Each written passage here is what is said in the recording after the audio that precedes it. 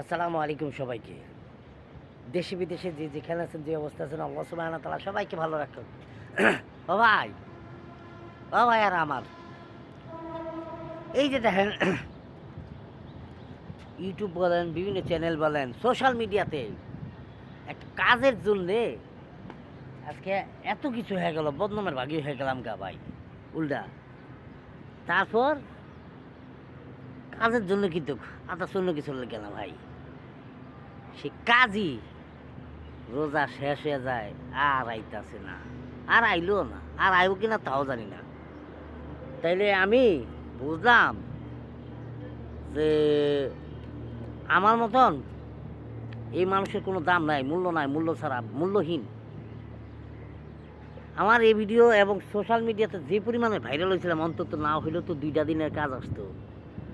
তার মানে কি দাঁড়াইলো যে স্বামী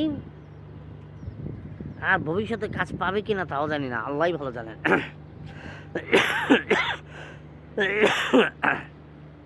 কাজ দিবে দিবে বললাম, অনেকে আমার ঘুরাইলো, তাও কাজ হইল না।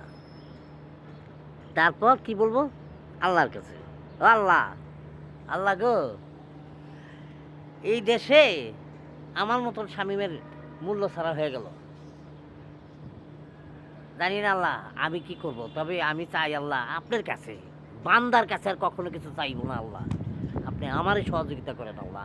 আমার মতন যারা আছে এরকম অসহায় শিল্পী, অসহায় মানুষ যারা বিভিন্ন রকমের ঝামেলা চলতেছে তাদের ভিতরে, সব কথা কইলে তো আবার ট্রোল হয়ে যাবে, বিভিন্ন রকমের কথা হয়ে যাবে। তারপরে আমি আপনাকে বলবো আল্লাহ, যে আল্লাহ তাদেরকে এই ধরনের বিপদ থেকে উদ্ধার করে নেন আল্লাহ। আমার যে কষ্ট ভিতরে এখন এই মুহূর্তে চলতেছে আল্লাহ, আমি তোমারে কইলাম, তুমি তো আমার মনের ব্যাপারটা জানো, তুমি ছাড়া আর কেউ জানবে না।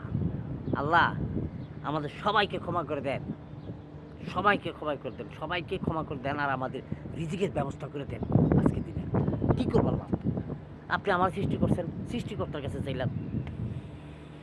আসসালামু আলাইকুম।